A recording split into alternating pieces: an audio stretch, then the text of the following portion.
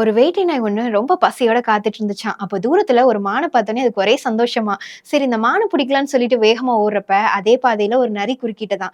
அப்ப அது டிஸ்ட்ராக்ட் ஆகி இந்த நரியே போதும் அப்படின்னு சொல்லி நரிய தொரத்த ஆரம்பிச்சுச்சாம். அப்ப அதே பாதையில ஒரு முயல் குறுக்கிட்டதாம். சரி இந்த முயல பிடிக்கலாம் அப்படின்னு சொல்லி போறப்ப, அந்த முயல பிடிக்கவே முடியலையாம். அப்ப அதே பாதையில ஒரு எலி குறுக்கிட்டதாங்க. சரி இந்த எலிய பிடிக்கலான்னு போறப்ப, அது கடைசியா ஒரு புதருக்குள்ள போய் ஒளிந்து கொண்டதாம். அந்த வேட்டை நாயும் எலியோட புதர பார்த்துக்கிட்டே நின்று கொண்டிருந்ததாம். இது வேடிக்கையான கதையா இருந்தாலும் கொஞ்சம் சிந்திச்சு பாருங்களேன். சிறந்த மான வேட்டையாடணும்னு சொல்லி தன்னோட ஓட்டத்த தொடங்கி அந்த வேட்டை நாய் கடைசியில எலியோட புதர பார்த்துக்கிட்டு நின்று கொண்டிருந்ததாம். இதே போல தாங்க இன்றைக்கு உங்களுடைய வாழ்க்கையிலயும் ஏசப்பாவுக்காக நான் என்னையே கொடுக்க ஆயத்தமா இருக்கிறேன்னு சொல்லி ஓட்டத்த துவங்கிய நீங்க இன்னைக்கு சின்ன சின்ன காரியங்களுக்கு இடம் கொடுத்து சோர்ந்து போய் இதுவே போதும் அப்படின்னு சொல்லி நின்று கொண்டிருக்கிறீங்களா?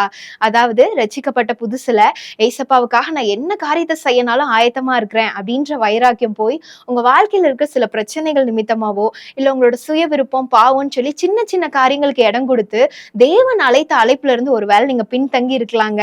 ஆனாலும் இன்றைக்கு ஆண்டவர் உங்ககிட்ட எதிர்பார்க்கிற காரியம் என்னன்னு தெரியுமாங்க? நீங்க ஆதியில கொண்டிருந்த அன்புக்கு திரும்பணும்னு சொல்லி ஆண்டவர் எதிர்பார்க்கிறாரு. வேதத்துல கூட ஒரு வசனம் இருக்கு. வெளிப்படுத்தல விசேஷம் 2:4 ஆனாலும் நீ ஆதியில கொண்டிருந்த அன்பை விட்டா என்று உன் பேரில் எனக்கு குறை உண்டுன்னு சொல்லப்பட்டிருக்குங்க. அதனால சூழ்நிலையை பார்த்து சோர்ந்து போகாதீங்க. எந்த நிலையிலும் உங்களை பலப்படுத்துவதற்கு தேவன் வல்லமையுள்ளவரா இருக்கிறாருங்க.